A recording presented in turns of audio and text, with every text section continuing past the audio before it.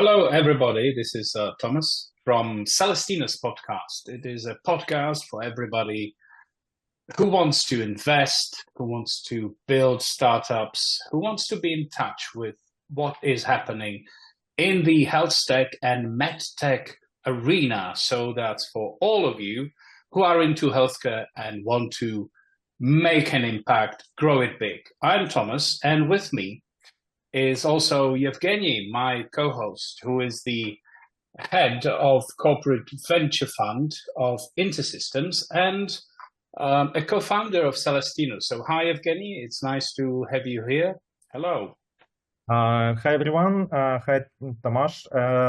Yes, and let me introduce Tomasz, my co-host on this Digital Health Celestinos podcast. Tomasz is an innovator, influencer, and angel investor in digital health sphere, and also a co-founder of Celestinos Digital Health Incubator. And we are very pleased to announce our guest today. It's Allan Gobbs. Allan is hi, Allan. Hi, Evgeny. Allan is a venture investor, co-founder, and managing partner of ATEM Capital. And let's get it started. And Allan, maybe you can share some background. Yeah. How you did become where you are now. Yeah. Oh yeah. Thanks, Tomasz. Thank you, Evgeny. It's a pleasure to be here at this podcast and share some insights with your fantastic audience here. So I'm excited to dive into topics today. I promise to try to keep it fun and interesting. However, it's really tough topics which we'll be discussing today. Hopefully, some sharp questions. So yeah, unless you tune in here to help with insomnia, well, in that case, you're more than welcome to. But we'll dive into this, and I'll start with a brief introduction of myself. So on my side, I'm a venture investor and deep tech entrepreneur. I'm investing exclusively in life sciences space, which is biotech, medtech, diagnostics, and also digital health, obviously. It's more recent development. So we previously invested primarily into late-stage biopharma, and we're based in New York, where all the late-stage deals come over basically to fundraise. But over the last probably 3 to 5 years, especially over the last 3 years, obviously due to COVID, we really dived into health tech investments. So this is kind of the story, what we're doing. Yeah, and I'm glad to get through your questions. Hopefully you get something prepared and something really sharp. Allan, please. I'm of humble origin, and when I remember my childhood, and if my parents ask me, what do you want to do in life? The best I could come up with was astronaut. And of course, I could never see myself as a VC investor, for example. Was it similar to? How did you happen to become a VC investor? What was your trajectory in life that brought you here? Was it your childhood dream to invest in startups and sign term sheets and do exits? Sounds really exciting job. Thank you. Reviewing the term sheets, especially. That's the best part of the business. Yeah. So basically, I got into this industry by mistake. Not on my side, hopefully, but on the side of the employer. So basically, I was initially an investment banker for many years, for over 10 years. I was working at Barclays Capital. I was working at Dresdner Kleinwort. That was such a bank, was acquired by Commerzbank at some point. So I was investment banker. And I would say that, in the very kind of early in my life, I dreamed of creating, well, I would not say startups or companies. I dream of creating some products which will, probably change the world. So I had this ambition, but then, and I hope to become a scientist, whatever, but I didn't. So eventually, I get my education from the side of the investment, and then I went to Harvard Business School and to INSEAD to develop more in the corporate finance. So I don't have, by the way, I don't have any medical devices, any scientific background initially, at least.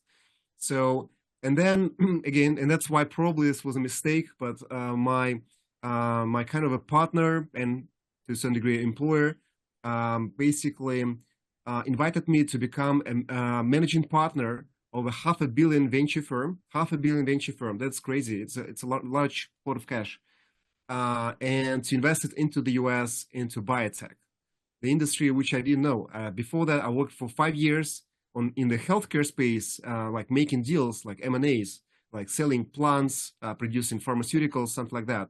And all of a sudden, I was invited because the employer said, "Well, you know investments, right? You were in the healthcare, right? Right. So why not you just join the firm and be investing into the US in biotech?" And I thought maybe I will join and work for a couple of months, and then they will understand that I'm completely unprofessional. I don't know anything about that space. So I joined. It was really tough times. So I learned a lot. I actually didn't sleep for first probably 6 months. I was reading. I was like learning. The good thing was that this was investment into a portfolio of a venture firm called Domain Associates, which is one of the oldest venture firms in the US, which actually created the whole industry of investment into biotech, diagnostics, and all of the space. So we were not supposed to invest outside of their portfolio. So that's the way I avoided early mistakes as an investor. So we invested only into pre-selected companies which were the best in the world, the best in the US. And my benchmark, my bar, what I have to invest into really raised substantially. I was really looking at the best portfolios, and then within this 70 companies of their portfolio, I still picked some of them. So kind of was choosing among the best and was saying, well, this is not good enough for us to invest in. We invest into 10 companies out of their portfolio. And because they were pre-selected, because they were best in the world, out of these 10 companies, actually 10 companies plus one outside of their portfolio, which I invested in the first fund, which I was managing, we get 5 IPOs and 3 M&As out of this 11 companies which we invested already, and we actually expect more from this portfolio. So this was very successful for me, very successful start. And of course, when you're like coming to the US with $500 million in your pocket, all of a sudden you get very like interesting for everybody. So I was invited to all the podcasts, all the conferences as a panel speaker. So all of a sudden I became a rock star of life sciences.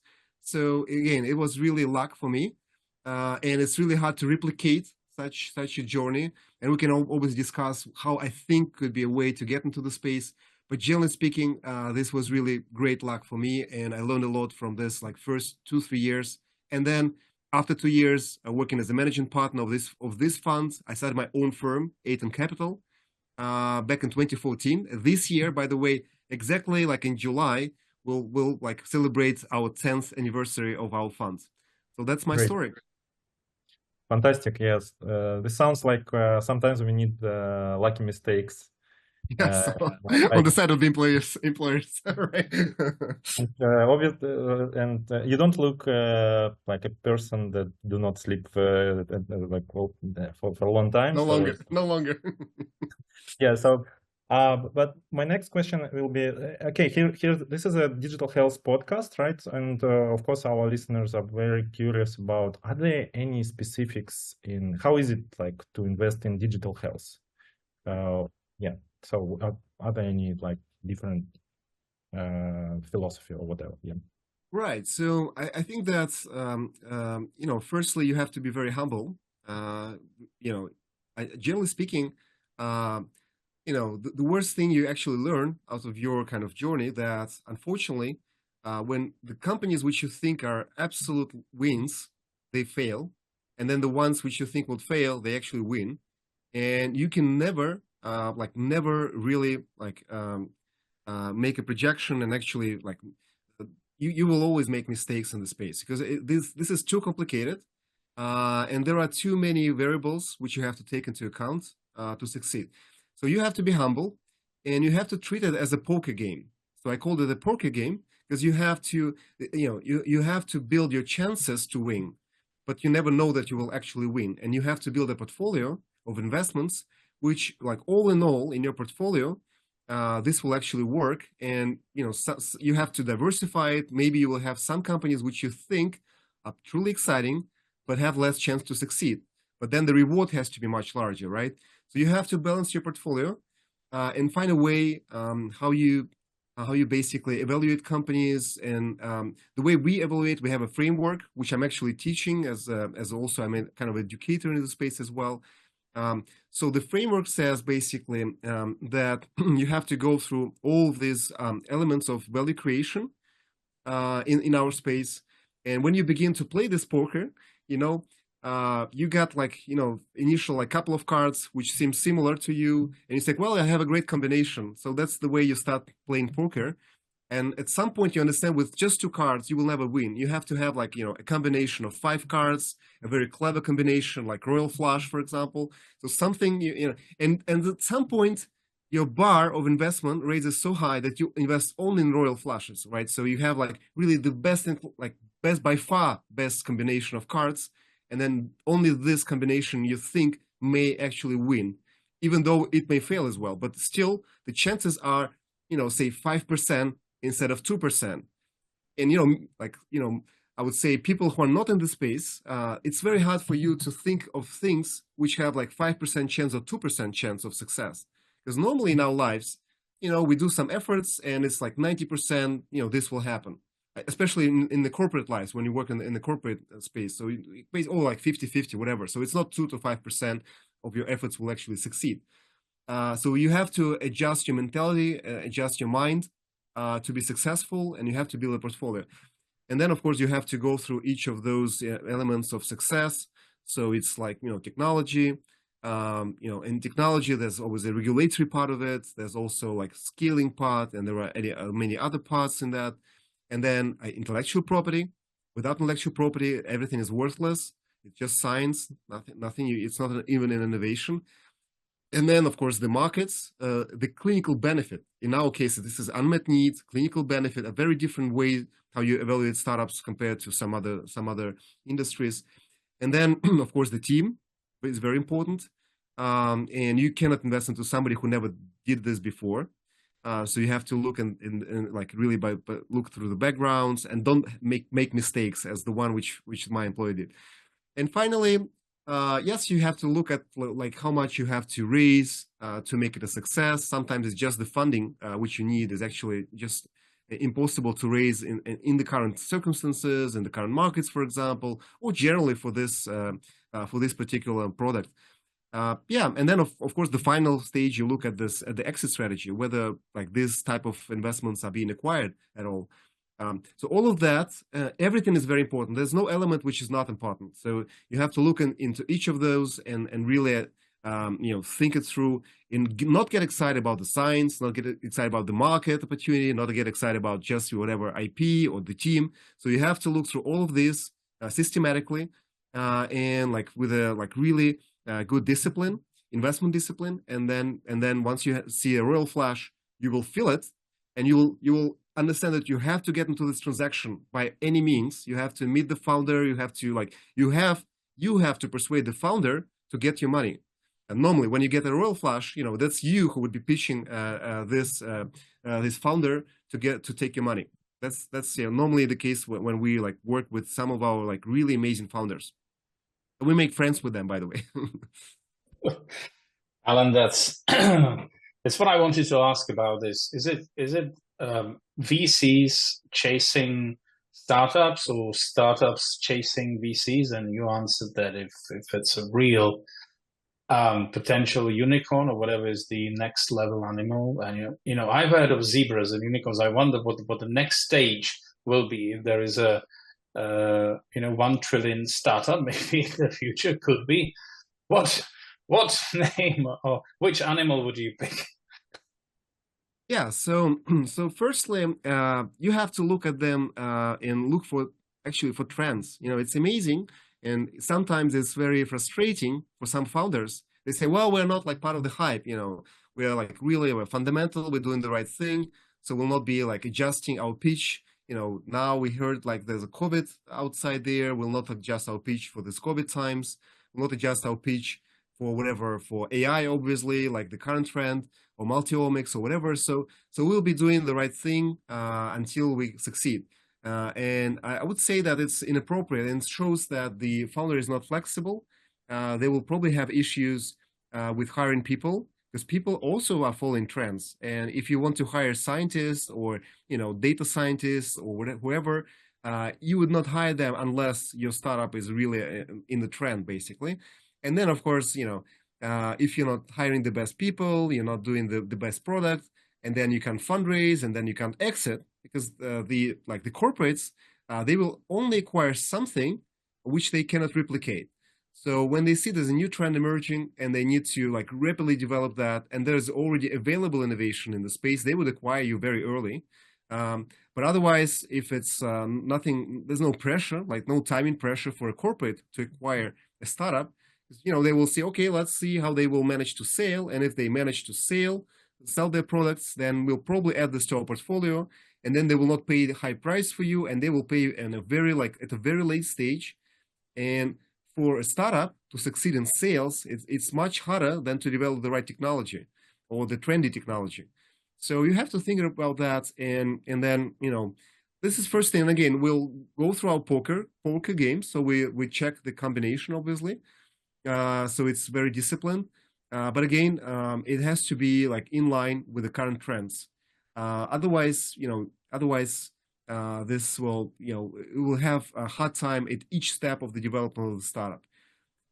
And then the trends have to be really long. So and also you have to make sure that they can adjust to new trends emerging, because sometimes we'll have VR, sometimes we'll have whatever stem cells or neurotech, brain-computer interfaces will be a trend which everybody can do. Now it's only Elon Musk can do that, or somebody who has money. But at some point this will be commoditized and will be open to many more startups, many more entrepreneurs. All of these crazy, capital intensive, I would say, opportunities. So you have to be looking, really be open-minded and readily look at the new trends emerging and put this into your startup in the right way, obviously, not crazy way, but something which makes sense. Because normally these technologies are really transformative for the whole industry. It's not very small, chunk of something. It's really something which is transformative for the whole industry. If you're not part of the industry and you're not transformed by the latest trends, it means you're not flexible enough, you're just stubborn, you're just pushing the thing which is probably dated, maybe it's already 5-10 years ago, this technology, so it's just dated. Yeah, I mean, you you mentioned that you have to be in line with the latest trends. You need to have all the elements of this startup pitch deck. Every slide needs to be there, and only the combination somehow counts. This is pretty standard stuff. I mean, you hear it everywhere. Everybody tells you this.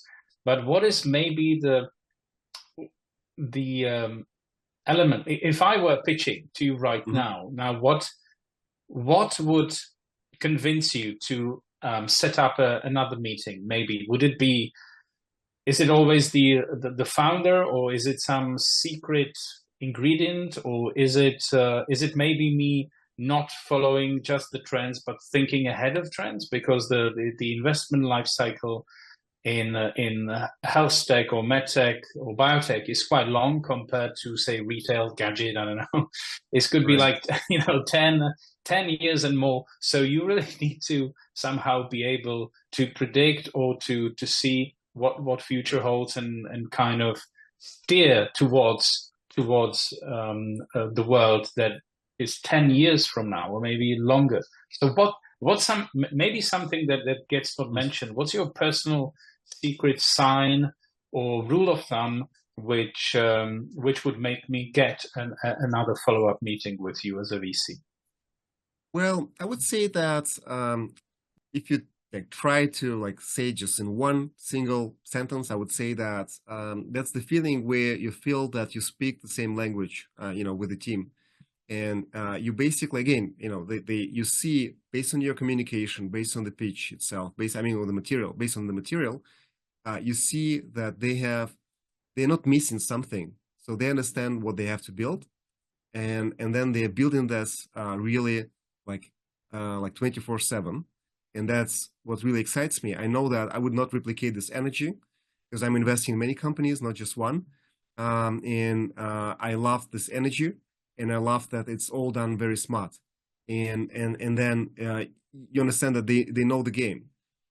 So and then you we'll start testing them on each card, what are you doing with this and then with that, and then you see that they know all of that, they are building that, and I know that, and they know what they're missing, by the way, in the game, in the combination, and they're not hiding that.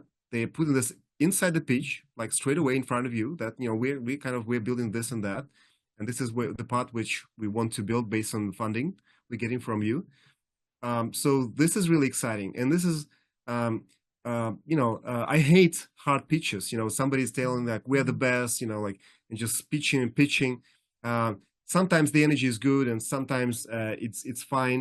Such a pitch sometimes work, but still, like substance-wise, you should feel that this kind of a discussion, and we're all on the same page, and we know what we need to build and how I can contribute to that and help with my contacts, with whatever, and with among investors, potential strategic partners.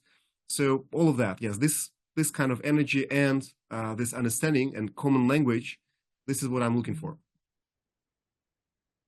And but I mostly work with very skilled and experienced founders. So I invest late stage, and these guys, they know their job. They did like 3 exits before, so we speak the same language, obviously.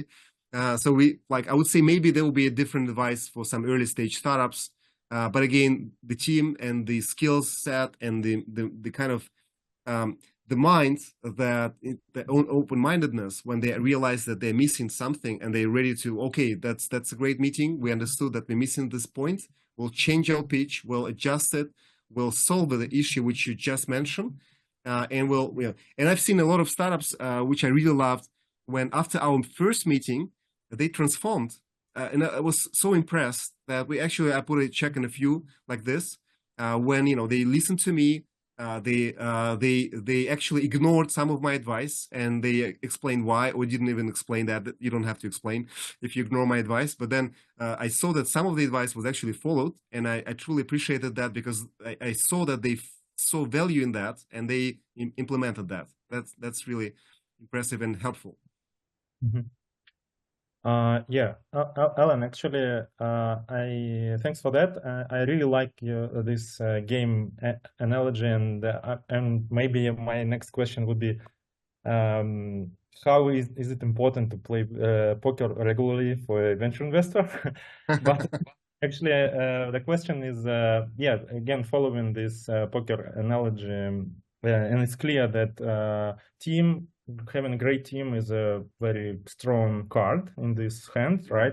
But speaking on other strong cards, what do you think if in digital health, if the partnership with ecosystem, with different vendors, or joining incubator? I don't want to advertise very much Celestinos incubator, but the question will be: is it important for a startup to really get into incubation, and should they do that early, or in which stage? So what do you think about this ecosystem, incubation, accelerator topics? Are they important for startups and in digital health especially, and is it makes this hand in towards the royal flush in the following year? Well, I would say this is an absolutely critical card. Really, it's not like a nice to have. This is absolute necessity in the digital health space.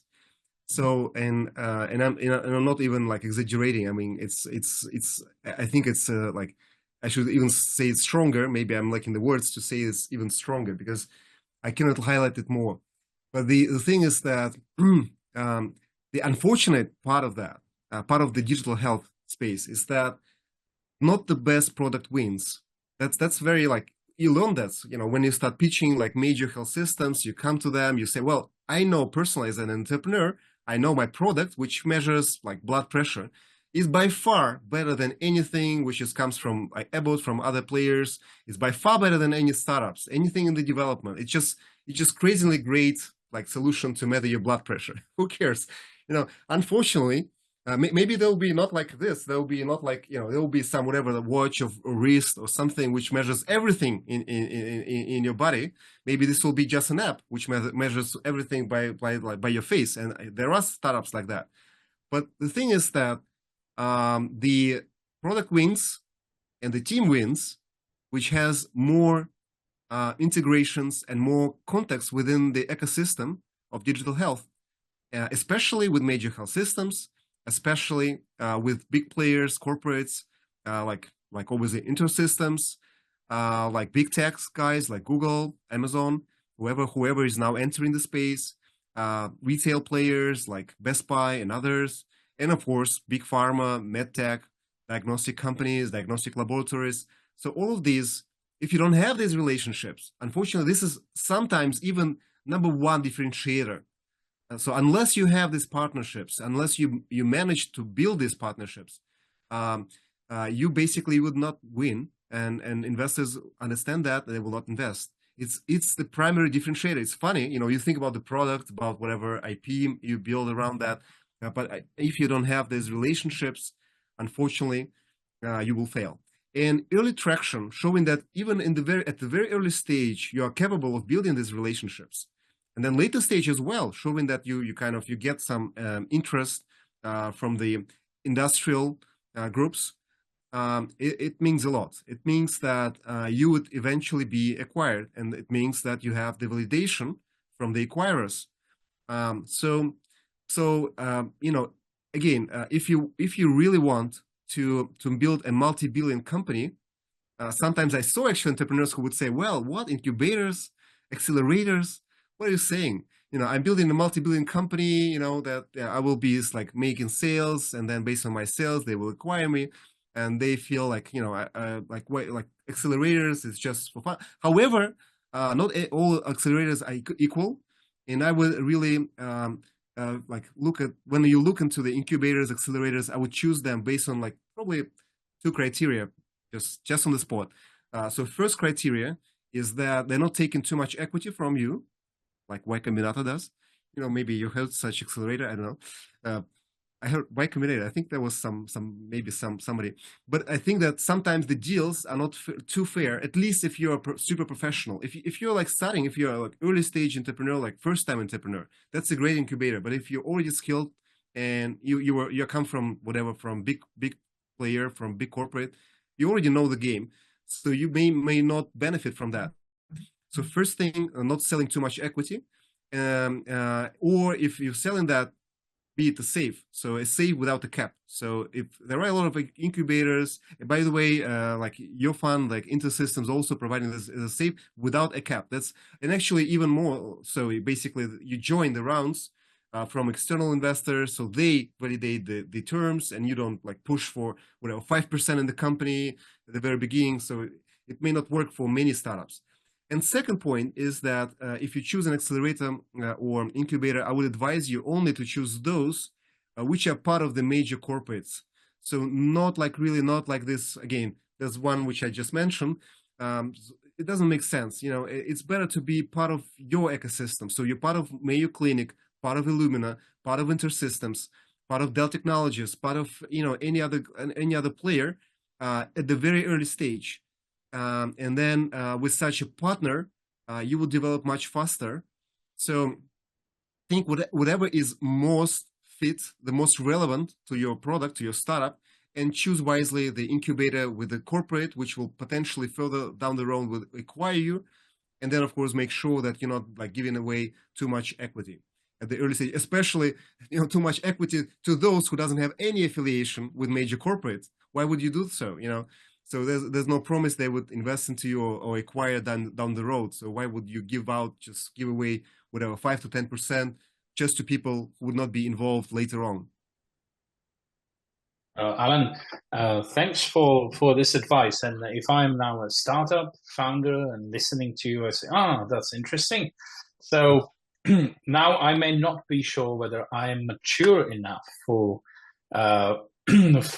interview with you regarding investment. So what stage in the life of a startup do you prefer? Do you focus on really early stage, just an idea, prototype, first paying customers, or a startup before certification?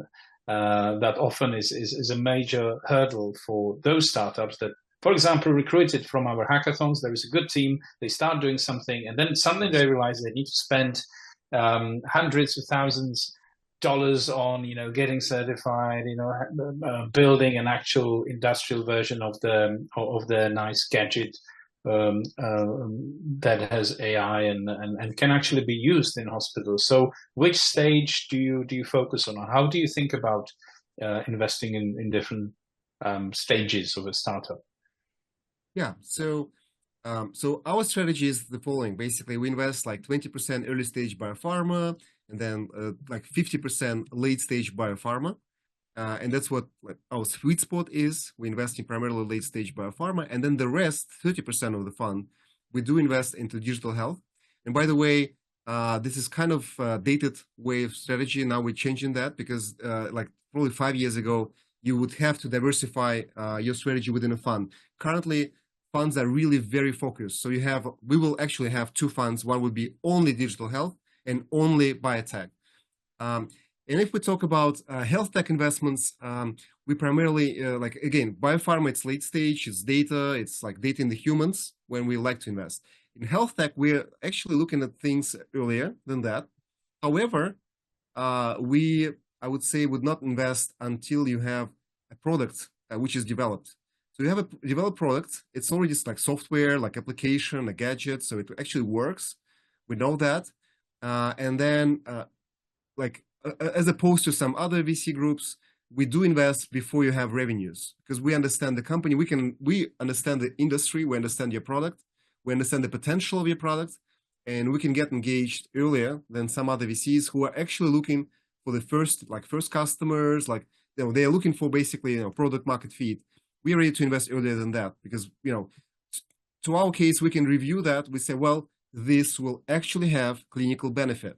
This we can evaluate that. We don't need to test the market. If it helps you like overcome some oncology side effects, oncology drugs side effects, or like maybe some other things like or stick to your medicine, and we know that the clinical benefit is huge, and it's a matter of valuation. So maybe when you get this product market fit, the valuation will be much higher than currently. So why not get engaged right now with a very small check? We invest small checks in the health tech businesses at early stage, up to like $500,000 probably. Well, we officially up to $1 million. I think we did invest more than $500,000 in one company. But generally speaking, initial investment would be like very small, like I would say up to $500,000, maybe like up to $750,000. And then we'll keep the reserves to support the company over its journey. We may actually invest, and we did invest in some startups more than we did invest as our initial check. So we kind of be in the company, we now know the story, we're insiders. And then at some point we see that the company is getting so much traction, and it's kind of proven that the team works, everything works. Let's put much more money into this, more than pro rata investment, which like compared to the one we did before. So like really a larger check, we write a larger check at a later stage. We can do that, which is also, by the way, unusual for some other venture groups. Mm-hmm. Allan, thank you so much, and thanks for sharing so many insights. I hope digital health startups, early digital health startups, are all here and listening to all of them. It's very important. Thank you. And of course, like in venture investment business, there are a lot of exciting processes, but all of them, they hopefully lead to like exits, and we ideally with what we this magic animals, unicorns, right? And we heard that recently ATEM Capital, you had an exit. Maybe you can share some details. Oh yeah, sure. So firstly, the most successful investment of ours was early stage investment. Again, our sweet spot is late stage, but the most successful deal we made so far was an early stage investment into a company called ATEM Pharmaceuticals. So it's biopharma, and then the CEO started two companies before that. So one company he sold for 11 billion, second company sold for 4 billion. And then this was his third company in the same industry, in the same indication. So I'm always joking that he knew the monkeys where he will be testing these drugs, so by name. So basically, so with that, obviously, we were attracted by that. We knew that he knows the story to the very end. He knows who he will sell this company to, and we invested a 10 million pre-money valuation. By the way, 10 million. Again, basically a founder who did 2 exits, 11 billion, 4 billion, and then he starts his third company. And you would expect him like to throw like it's 100 million kind of valuation at the very beginning. So no, it's in the market. We didn't negotiate that. He just said 10 million pre-money. That's it. I want my investors to win. That was great. So we invested, and this was actually oversubscribed, obviously Series A. We did that, and then it went public at 2.2 billion in 6 years time frame, and then it went to like almost 7 billion. So it's like 700 times basically. The valuation grew over 7 years. We exited. We get 40 times on this one based on all the dilution because we invested only in the Series A in this case. So yeah, 42 times actually. It's great for an investor. This is a great exit in our space within 7 years. And the most recent exit we did was March this year. The company was called Emelit. And this company used AI basically. So what they did, they looked at the rare diseases, which we humans have. It's 7,000 diseases actually, rare diseases. Most of them still doesn't have any drug to attack this disease. Most of, well, not most of them, but some of these rare diseases are based on the lack of some protein in our bodies. So they took the protein, and instead of producing the same protein and just giving this to the body, they identified the active site and with AI, and they produced the small protein. It's called peptide instead of the full protein. It turned out the peptide was more efficient and safer than the original protein, which was lacking in the body. So you can actually build something like a completely new, basically, molecule based on this protein which was missing. And they had a strong pipeline of such products, and they had amazing data. They raised 138 million round in 2022, end of 2022, when late stage round, when people thought that it's totally impossible to raise funds. So again, you see that if you do the right thing, you will raise, and they raised with a premium, it was not even a down round. So they raised at a premium 138 million within 2 months. So great the data was. We actually invested last year. So we invested last year most of our check, and this year there was an exit of over 1 billion, and they sold to AstraZeneca. This was exciting exit. We did probably up to 5 times on this investment over time, over three years time frame. Also important to mention here that not all of these biotech are 10-year investments. So you see, we just invested last year, and we get exit this year. Basically it's like a year or so. So it's all possible when you invest over the late stage. In health tech business, I also believe that you can identify those companies who can exit within 3 to 5 years, who can scale very fast, but the founders have to have this venture, a mindset of a venture-backed company. It's very different to anything else.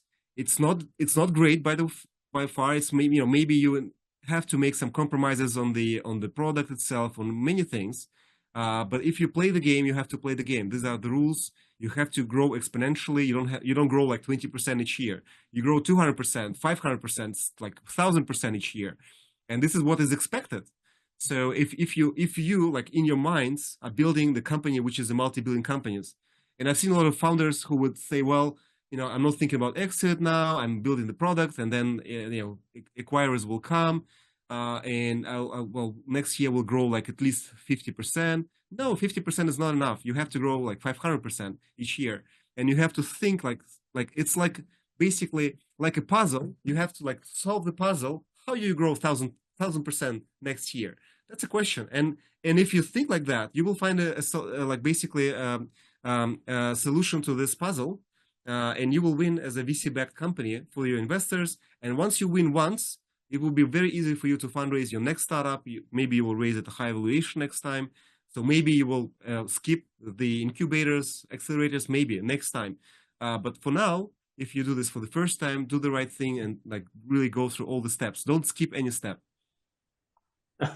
Well, thanks for all this advice. I mean, whenever we ask a question, there is at least 10 advices from 10 pieces of advice from your side that perhaps we could we could put somewhere on a plaque, and you should like watch it every morning. You should learn it by heart. If you are this startup, billion-dollar company mentality. But I also wanted to ask about something that is from the other side, not the startup side, but the investment side, your side. Right. I had recently spoken to a guy who told me, well, I tried to set up a few startups. In the end, it didn't work out so well, but then I realized I want to be on the investment side because I understand what can go wrong about all the issues.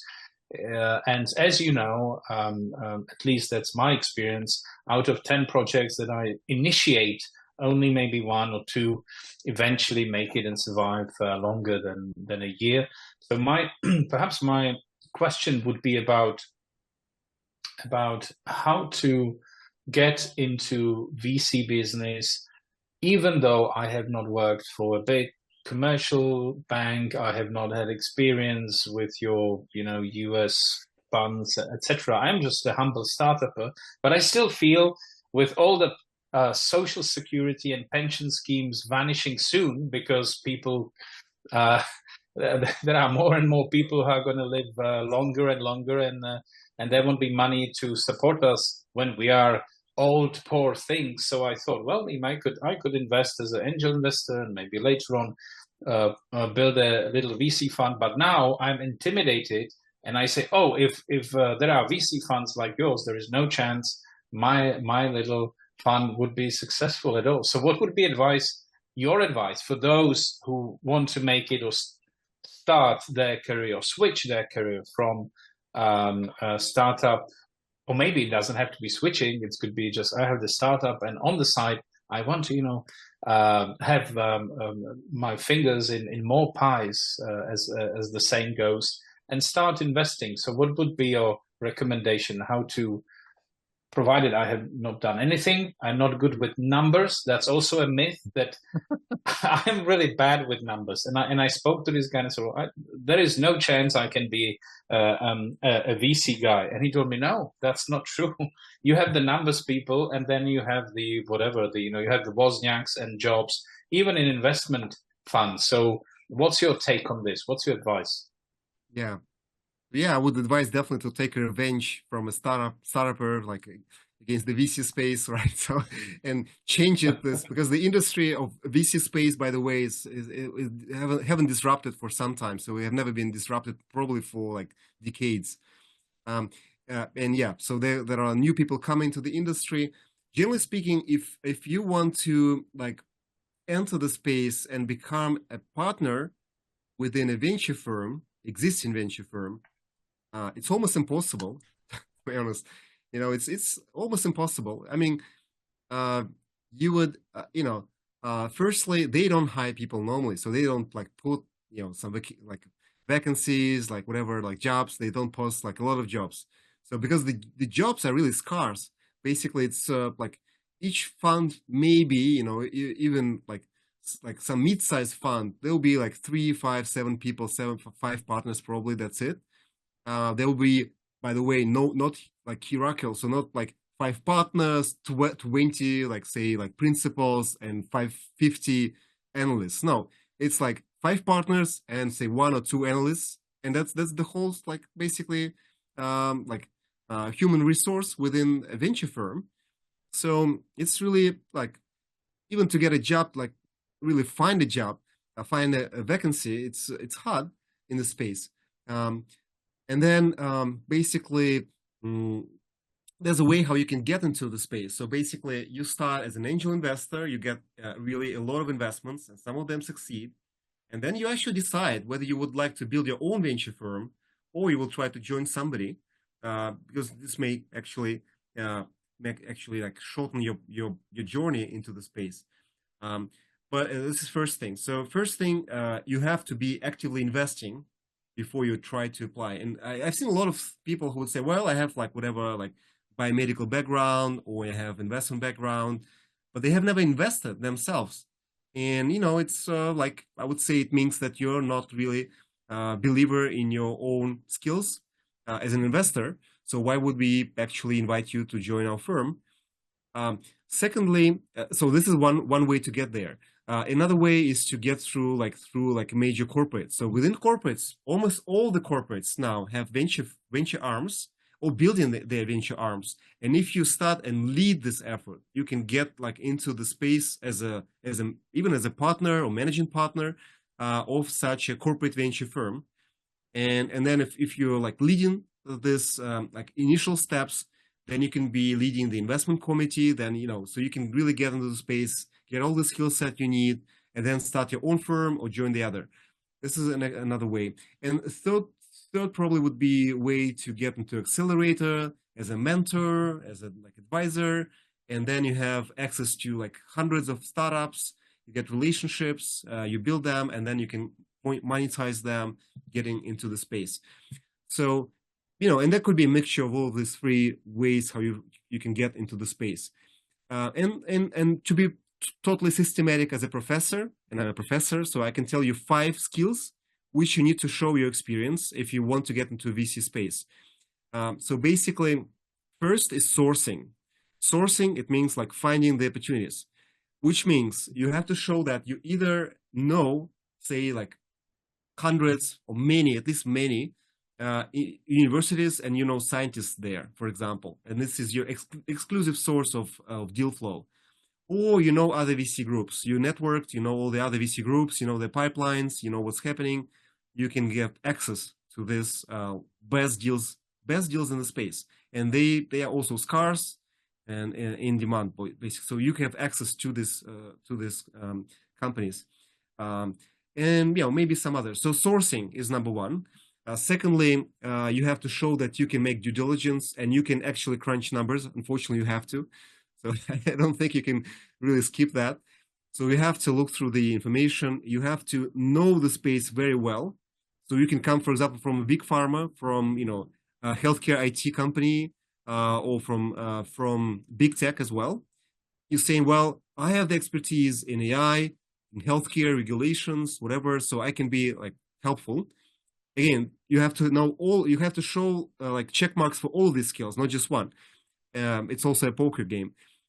Then managing companies, showing that as a mentor, you mentored companies, you know how they build value, you were somehow involved in building the team, for example, or advising how they should, check the markets, whatever. So you have to show that you can manage and help them fundraise. So as a mentor, as advisor, from corporate, whatever. So you were contributing to these companies. Also, you have to show. Then the fourth is exiting. Somehow, in some ways, like you have to say that you were somehow associated with some exit. I know that this is the most difficult part. I have 9 exits now, and this is really a differentiator. So most of the people like yourself and your friend, they would not have experience in exiting, and this is basically the kind of, it happens like once in a lifetime. Some of the like super like really high quality and famous even venture capitalists, they have 5 exits, and it's already enough. If you have an exit like Facebook or Zoom or whatever, that's enough. And NVIDIA, that's good enough. With such one exit is enough. And I had 9, and it's helpful. And then finally, again, you don't have to be like really like a partner who did this deal and who exited. You say, well, I was a mentor, and there's a friend of mine who exited, and I was very much involved. I was giving them some advice. So you have to find a way how you like really associate yourself with an exit. I think this is really crucial. This sounds much stronger if you know how to exit. And finally, fundraising. We are like a startup essentially. We're also raising funds from limited partners, from our investors, and we have to pitch our fund, and you have to show that you have the relationships and you know how to pitch. It's nothing new to you. You're not kind of a scientist or somebody who you would not be able to show to the investors. So all of that, like 5 points, if you manage to, like, you should go like through all of them and really act on each of them and find a way how you will show that you know how to do all of these 5 things. And if you show it, that's like you have 1% chance to get into VC, more than 0. It's already good. Thank you, Alan. Tomasz, you see, you have chances, and what I got from this to Probably become the guy who told you that you have chances, he didn't say the percentage. Sorry about that. I gave the percentage. I always give a percentage of the chance. and obviously to have exits, you need to invest, right? So Right. it's very That's true. simple formula. Thank you, Allan. And going back to digital health startups, you also mentioned that with this recent exit, this was a kind of AI startup, even in life science. And this is my question here. AI, is it a hype or is it like a disruption? But the question is not here, so question is more general. Do you think all these like hypes or like maybe opportunities or gaps they mention, they mean a lot? And maybe you can advise or envision anything that is specific to digital health. What is going on now, and maybe in the future, what are the opportunities and also gaps in digital health, and what would you advise to maybe bright individuals or like young startups that they need to focus on to, or should they maybe pay attention to all these like hypes or what? Yes. So, Yeah, so they definitely should. So you should really like listen to all of these new technologies coming to the market, and also always think whether it's the right time for them, and then what are the triggers for you to start like implementing these technologies in your startup.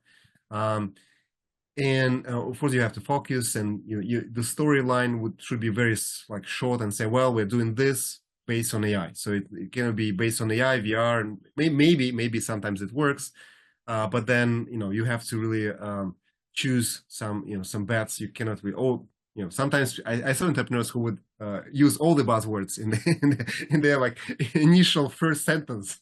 They will put AI, XR, whatever, precision medicine, whatever. So, but I would say that that AI is definitely transforming the whole industry, and this is by far the largest opportunity to do things, and to basically tackle issues which were unresolved previously.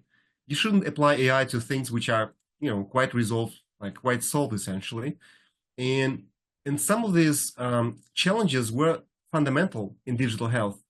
For example, patient engagement. So patient engagement was always an issue. So you have great, amazing product, really, which measures something like with AI, whatever.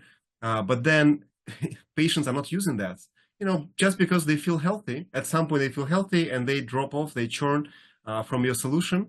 And that they have to stay, like, it's not even about like selling them subscription, whatever. From the clinical benefit perspective, they should stay on this app for whatever, for a year. And they're saying just for like 2 weeks, instead of a year. And of course, like business-wise, you also care if they stay for a year or a couple of weeks too. So now with AI, you can personalize experience of the patient. You can make it much more engaging, and you can basically talk with the patient. As a chat. You can have avatar, and one of our startup, which I'm actually a CEO of, we're building this AI nurse.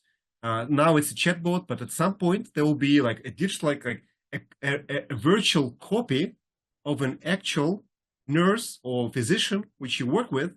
And this guy, you're really like the guy which you're talking with as an elderly person. He tells you or she tells you that you have to take the medication, and you feel much more obliged than just getting an alert, a text alert, today, whatever, something. It's like a real person telling you that, the weather is good today and you have to take your medication because of this and that.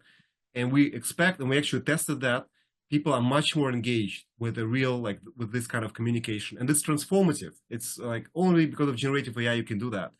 And then if you talk about machine learning and all of that, of course, you can identify patterns in the data of patients. Now that we're collecting a lot of data of patients, especially at home, now you can identify some patterns which you cannot identify as a physician, just because you cannot find the correlations between, say, like 50 variables, right? So now with AI, you can find out something completely new, and you can actually even not know what stands behind it, what's the logic behind it. It's just showing that this pattern like continues to like this or whatever, like using vector search or some newest technologies, which by the way, InterSystems is building and giving this to startups, these technologies. You can identify patterns which you would be unable to identify otherwise, and sometimes, unfortunately, we don't know the logic behind. We may recreate at some point this logic and some thinking behind that. But first, you have to identify this through data. It's completely different ways how you approach that. And I'm very much excited. Another company which I'm involved in and invested into, they use AI for pharmacogenetics. Pharmacogenetics, choosing the right drugs, dosages, like evaluating drug-drug interactions. This is like a very old story. But now, using AI, you can collect real-world evidence, like really what actually happened to patients, not like theoretically. You can find that, well, we recommended they have to lower the dose, but the guy actually had a side effect still, even with a lower dose. And now, we didn't recommend, obviously. The startup doesn't, like the regulation doesn't allow us to recommend. We do something like some data for the physician, and then physician can actually think about that and make his or her own recommendations. Still, using this vector search, we can identify patterns and see, well, you know what? You actually have to lower those much more than that, because you have, say, 700 different kind of polymorphisms in your genome, which no physicians can overview. It's impossible. It's only because of this machine learning stuff which can identify things, and this is truly amazing. So in terms of precision medicine, home care, patient engagement, many other things, we'll see like a completely different healthcare than we have today. And this is really a revolution, and I would advise everybody to join this revolution from the startup world. From investors as well. We as investors, we join it. I wish that all the startups would find a way how AI affects their own story. Allan, in a meaningful way, I would need to say, in a meaningful way. Allan, you are amazing, because most speakers, they gradually lose energy during a podcast, but not your case. You just you love your job, and you love to convey the message to everybody, and it's amazing. But we are gradually approaching the end, because there is time limit to everything, including our lives. And it's great true that we are all facing a major exit at the end. So in a way, we will change that. We will change that, by the way. Yeah, but still, that's the ultimate exit that counts. But if you said you are going to change that, maybe we could spend a few minutes talking about future, but I mean a more distant future, not just next year, but let's say 10 years. So what technology or system change or disruption do you think is going to happen in 10 years' time? And I know it's very hard to make predictions. I don't know what's going to happen tomorrow, with my kids or at work. But still, I'd like to ask you if you could attempt, give it a try to, to look into a crystal ball. Yeah. So, funny enough, people think of some like gene therapies that will reprogram our genes to live like longer or whatever. This may happen. We may actually cut our heads and put it on a newer body, a younger body, maybe probably not in 10 years from now, but maybe like in 20 or whatever. It's actually possible. And then funny enough, some of these innovations, firstly, they exist today. They are not adopted. That's the issue.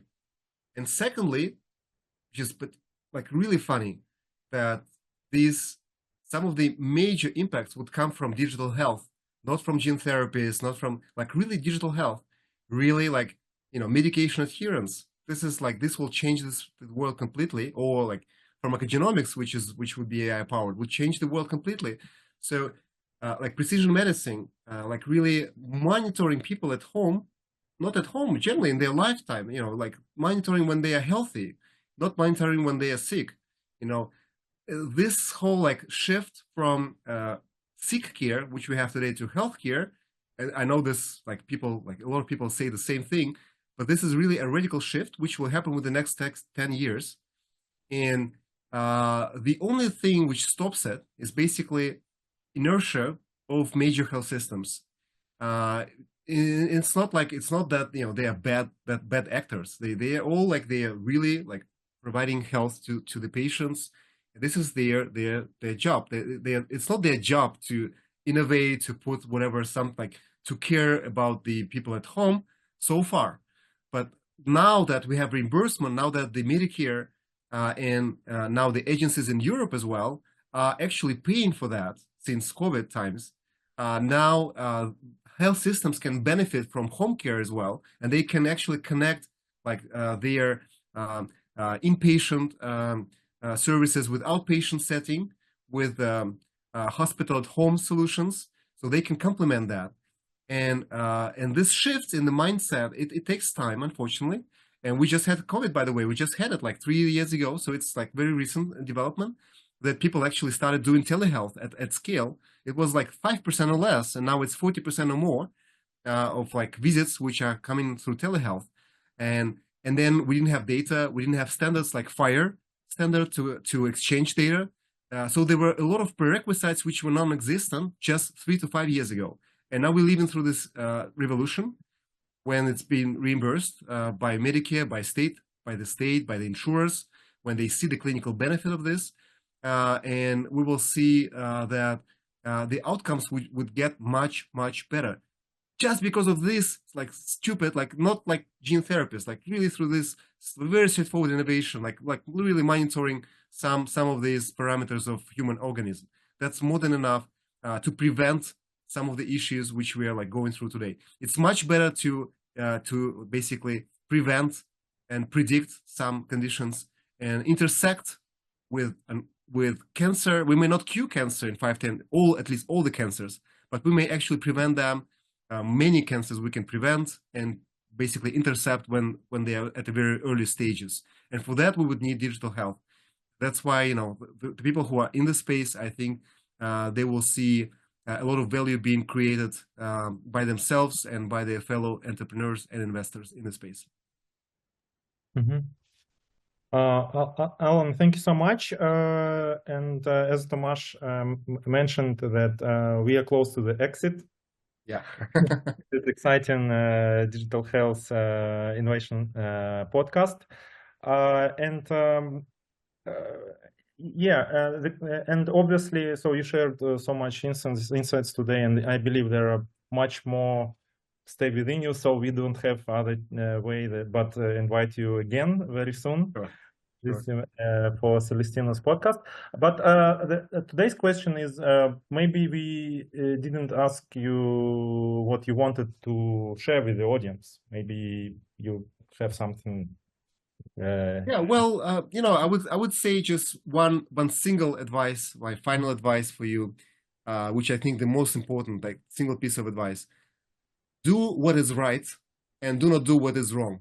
I think this is the last and very important advice which I can it's single piece of advice which I can give to you, which means that you have to be fundamental. You have to think what is right, really, for your startup, for you. Don't make too many compromises. So I mentioned that you have to adjust to trends, whatever. It's more about communication. It's more about implementing some of these technologies which make sense, but never compromise on the core, what you're building. Not compromise on your passion, because you will definitely fail if you don't have the passion for your startup. So you will, by the way, when I meet a founder and I don't see passion in the eyes, it's nothing. It's I don't like that. It's kind of soft skills thing, and you cannot imitate that. When you see a person which is genuinely interested in what he or she is doing, you will feel it. And again, this you have to have a combination, in addition to this passion, because with passion you can do wrong things as well. And finally, of course, I mentioned already that you will fail a lot. Many things will fail, everything. But stay calm. Stay calm. It's usual. Everybody fails. Everything which can fail. In your startup will actually fail, and you will have to find a way how you overcome things and overcome issues. But in the end, if you stay calm, you will succeed in the long run. So you have to find a way how you stay calm. Maybe you will do yoga, maybe you do running. So find a way, your actual hobby, to stay calm and excited about what you're doing. Yeah, that's my final advice to you. And I would love to join your podcast sometime in the future as well. Because there's so many things happening right now, and there's so many adjustments and really progress being made. So I would love to share this as you go along with your podcast. Yes, thank you, Allan. Then this was a really great advice. Don't do wrong, do right, and I hope. Yes. And it also right. Speaking, addressing our audience, do right thing. Subscribe for this podcast. That's the right thing. Yes. Yeah. And Allan, also somehow this is in line with the motto of Celestinus Incubator, which is "Do good and do it well." So we didn't rehearse, and still we ended up at the same point. So goodness is what the world needs, with passion, combined with passion. But it's been great chatting with you. Thank you so much. Our podcast, we call it digital health innovation, but it's for all those that are either coming from the startup side, investment side, professional side, musicians and healthcare professionals that want to build a startup, or maybe act as mentors for anyone who is into health tech, med tech, and is ready to passionately do good and do it well. So I'm looking forward to meeting you again soon, and to all of you who have been listening and watching us. We'll be back soon, and stay tuned for more passion and for more good in the digital health arena. So this has been Evgeny. So a big clap to Evgeny, big clap to Allan and Thomas from Celestinus Podcast. See you soon. Bye, guys. See you. Thank you so much. Bye-bye.